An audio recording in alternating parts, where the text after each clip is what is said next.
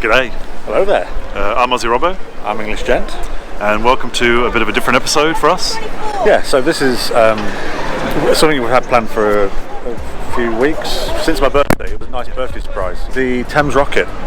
And I'm really excited. I'm really looking forward to it. You know, the architecture and the history, and you get a guide as well. For me, it's going to be about speed. I have a need for speed. So. Such a need for speed. I'm a bit nervous about it, but yeah, it should be a good time. As you can see, it's down by on the South Bank where the London Eye is, and so you've got like all the different clippers. You go to Pier 1. I believe we go to Pier 1. You check in. So right underneath the London Eye. Yeah, should we get going? Yeah. Let's go and get doing. Hopefully it won't be too cold. Yeah, trust us to pick the one weekend out of the last few months of lockdown where it's quite cold. I like to kick off my talk with an apology. I find that really sets the tone. Sorry about this. That's been ruining people's holidays for 2.5 years there. This, of course, is usually the most recognisable landmark on the river. Commonly known as Big Ben, although Big Ben is not the name of the clock tower, it's only the name of one very specific part, which is the bell. This is the middle of a 4-year, brace yourselves here, £4 billion restoration project. Now, don't get me wrong everyone, I'm not a Philistine. I think it's very important to preserve beautiful historic buildings. Equally important to shop around in it. Never take the first quote you get. Use that one as leverage. I love waving at people holding firearms. It's fun, isn't it? I do it at airports as well. I'm like, oh yeah. Westminster, originally a royal residence, over the years it became the home of Parliament. It contains the House of Commons and the House of Lords. It also contains 17 bars and restaurants. There are 17 different places to get a drink in what I understand as being a place of work. Seems quite strange. All of those bars are subsidised, which means that the average price of an alcoholic beverage in the Houses of Parliament is £2, everyone. Let's stop pretending. This is just a Wetherspoons with slightly less desirable clientele. Just up there is the London Eye, or if you're feeling a bit retro, the Millennium Wheel. Fun times, guys. It was only supposed to be there for 2 years. It was supposed to be temporary. And then it made loads of money and they were like, maybe we'll keep this. Just over there, that big white building with the green roofs, is owned by the MOD, the Ministry of Defence. So they coordinate the armed forces for the UK. They're also one of the largest landowners. It does have a good nickname though. People call it the Iceberg, because like an iceberg, there are hidden depths. What you can see is only part of that structure. There are at least another 5 floors underground. That stone obelisk there at the edge of the river, that is Cleopatra's Needle. That is over 3,000 years old. We brought that over from Egypt and then displayed it incorrectly there at the edge of the river. That is wrong. We've got to go, but not right. Does anyone know what we did wrong? It's to do with the sphinxes at the base there. Anyone know? Absolutely right. They are facing the wrong way. They are supposed to be facing outwards because in mythology they are guardians. The entire point is they're supposed to be protecting the obelisk. The best way to do that, I've always found, is to face the direction from which danger may approach. We've gone with a different idea there. Just here is Waterloo Bridge, sometimes known as the Ladies' Bridge. That is because it was completed during the Second World War. A lot of women were on the construction teams that completed the bridge. Just over there is the National Theatre. That is our nation's monument to its rich theatrical past there. Looking like a car park, there it is. People get I find this insane. People get so angry when I say that. I had no awareness before I started this job how weirdly passionate some people are about 1960s concrete brutalist architecture. I imagine the same people dancing around the Barbican every day. I had a guy shout at me on the phone. He was like, "Excuse me! Excuse me!" He said, "I am an architect and the National Theatre is beautiful." I was like, I feel like we've got two very different definitions of that word. Just here, this red brick building is the Oxo Tower. So the Oxo Tower these days is quite posh, isn't it? It's a very nice restaurant, lovely brasserie on the top floor, boutique shops. It used to be a lot less glamorous. It was originally a power station, and then it was taken over as the headquarters of the company that make Oxo stock cubes. Great location, but the one problem that they had is that you are not allowed, this is still true, it's illegal to advertise any products on the River Thames. Yeah. Which is weird, isn't it? Because you know when you look at the Oxo Tower and it seems to have the name of their best-selling product on all four sides. They got taken to court and the designer said to the judge that that's not the word Oxo. He said that's not, no. He was like, that would be illegal. He said that's just some shapes that, get this, by sheer coincidence look exactly like the word Oxo. You've got to have a bit of gumption for that, and yeah, you've got to have a little bit. Just here is Blackfriars. If you have a look there, between the archways, stone columns with birds carved into the top. Some of them are swans, which are freshwater birds. Some of them are cormorants, which are seawater birds. The reason that they're there is to symbolise the fact that the Thames is a mixture of freshwater and seawater. This is a tidal river, so you part of the day, you've got freshwater flowing out, tide turns, seawater coming in. It's the same reason why it looks so terrible.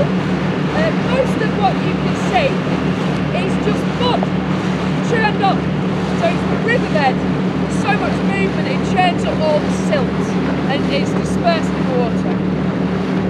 And the poo, I mean there's a bit of poo in there, isn't there? Let's not lie to each other. Little bit. Just up there, St Paul's Cathedral. Largest domed cathedral outside of Italy.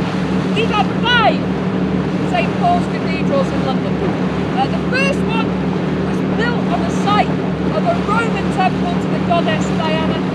The 4th one burned down in a big old fire. You'll have heard about this. We're always banging on about this one, aren't we? It's the big one, the big stuff, the big cheese. It was the Great Fire of London. Feels like a slightly misleading name, not that great, pretty rubbish. It burned for 4 days. It destroyed 4/5 of the city of London. Does anyone know what year the Great Fire of London occurred? Well done, sir, absolutely right. 16th, look, are you shaking your head? Is this everywhere?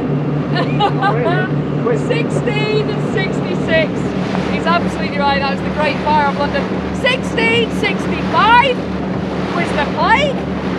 I mean, not a great decade, but hey, maybe not the worst, guys. Let's see how the rest of this year pans out, eh? Just over there is Shakespeare's Globe, that white building with a thatched roof there. That is a replica of the original theatre where many of Shakespeare's plays were first performed. Just is London Bridge, everyone! There it is. I'll tell you what, easiest bit of a tour that. It's written on there. Ideal, you don't even need to learn it. Just through here,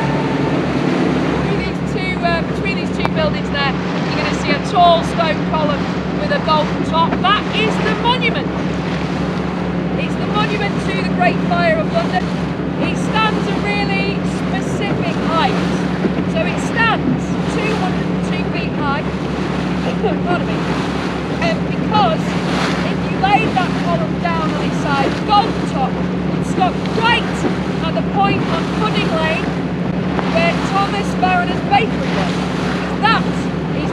Great Fire of London started?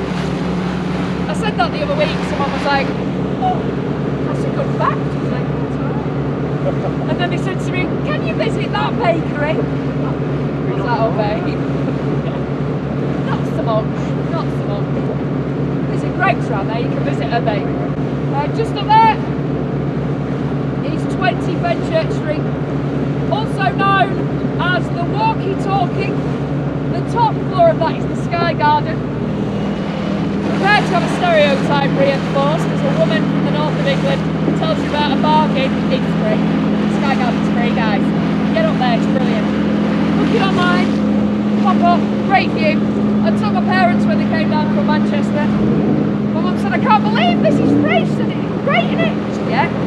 She went over to buy a cup of tea. She came back, she was like, we're leaving.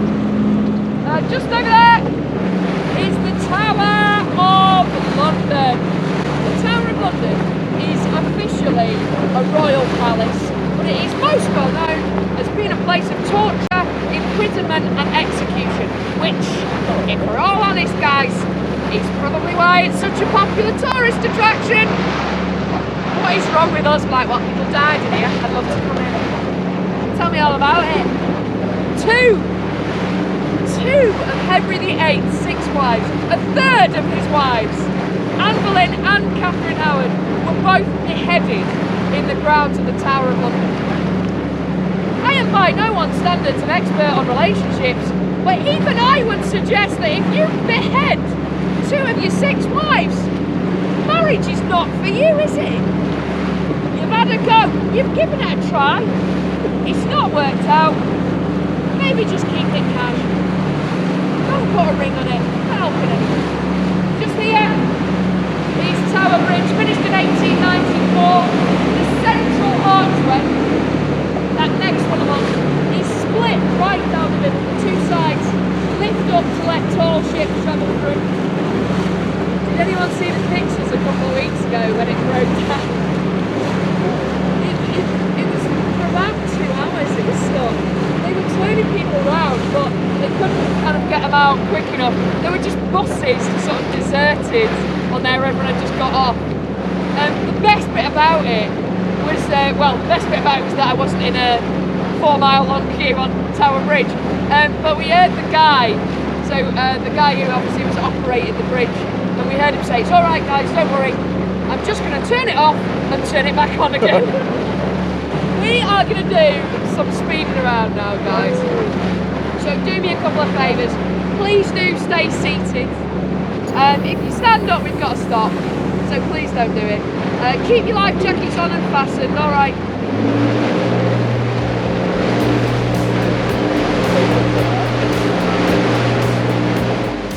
Okay, so this is the point where the tour kind of stopped and the speedboat action kicked in.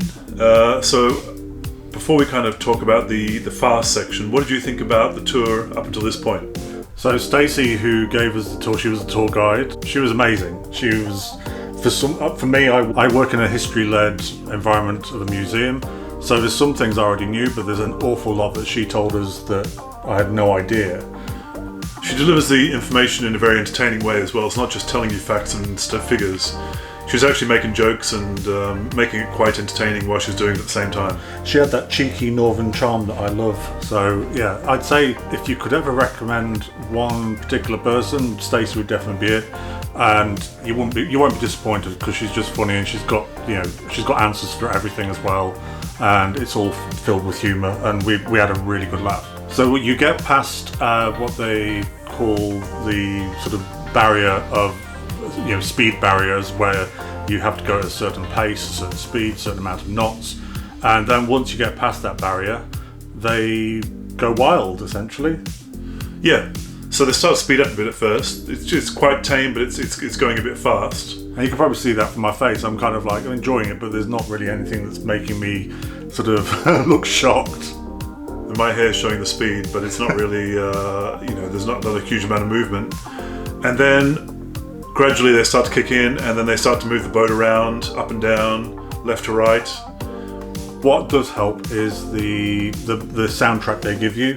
So if you've ever watched New Year at London, where the London Eye and all the fireworks go off, imagine the music soundtrack you get for that. You've got all the hits in there. So you'll often see me in this bit sort of lip syncing to certain parts and reacting. So that really helps because it keeps the pace and the rhythm of the sort of speed going. And it's perfect. It really is perfect. It's got loads of British hits in there, songs that everybody will sort of recognise, and it kind of amps up the feel of the speed that you're going at. And then when you start swerving and swaying, you really, really start to feel it. Yeah, absolutely. And the thing is, you don't ever put a seatbelt on when you're on this thing, so you still feel quite safe, even though you're going at quite high speeds and they're rocking it back and forward and side to side. But you never feel unsafe at any point in time, or at least I didn't anyway.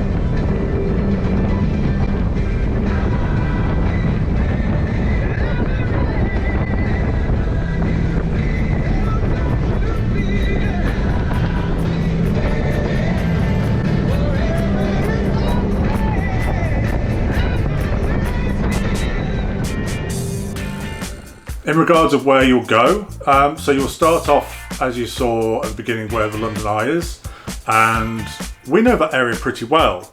And we know, we walk along the Thames on a regular basis, I'd say, especially now lockdown's kind of coming out of it, we make an effort. But you see and get pointed out all the little details of things you might miss, or the perspectives you wouldn't necessarily have by walking along the side of the river. And it's worth doing that alone, just going underneath the sort of bridges, and then going that little bit further beyond, what most people sort of do on the Thames, and going a bit further out, sort of Thames Barrier way. So we did this in September, and it had actually become pretty cold by the time we did this. We just got back from Paris, and we did it about a week after or so. So it's obviously quite cold and overcast on the day we did it, but during the summer I imagine it's quite a thrill ride, and in the heat especially. Yeah, I would actually, and this is something I would say as part of a review, would be I would quite happily do it again in warmer climate. Yeah, absolutely. Especially if we have your parents or other tourists that we know coming from overseas. You're only seeing a part of what's on the water, but at the same time it's quite an entertaining way to see it.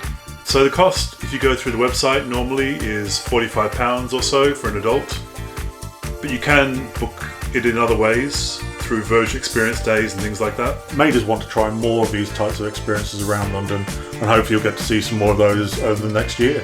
Yeah, absolutely. I definitely would recommend it. It's definitely an entertaining hour on the river. I never felt unsafe, even though it was going quite fast at times. Future Rob and Darren here. So we can't give what we expected to be the usual ending to our episode, because there were issues with the microphone and the high winds and the side of the Thames once we decided to sort of get off boat and go and record our valuation. So we thought we'd give you this as a kind of compensation.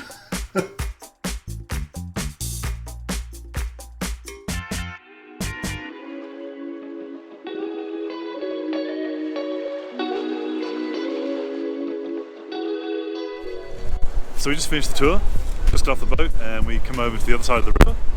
Welcome to the north bank of the River Thames. We were on the south bank previously. We've been to pretty much to Greenwich and back, I think it was. It's about just to the tip of Greenwich. We pretty much went past our home. Yeah, we've been past home and back again. The guide did offer to drop us off at any point, so that would have been nice. I recommend it. I want to thank you for taking the risk. It's quite a ride. Thank you. Nice surprise. We like surprises. Yeah. But if you enjoyed this video, we'd really appreciate it if you gave it a like and subscribe. Keep watching. Don't forget, all our details are in the description below. We'll give you all the links, and we're also on Twitter and Instagram as well if you want to check out footage and shots from our day-to-day life. So yeah, thanks for joining us. Next time. Bye. Bye.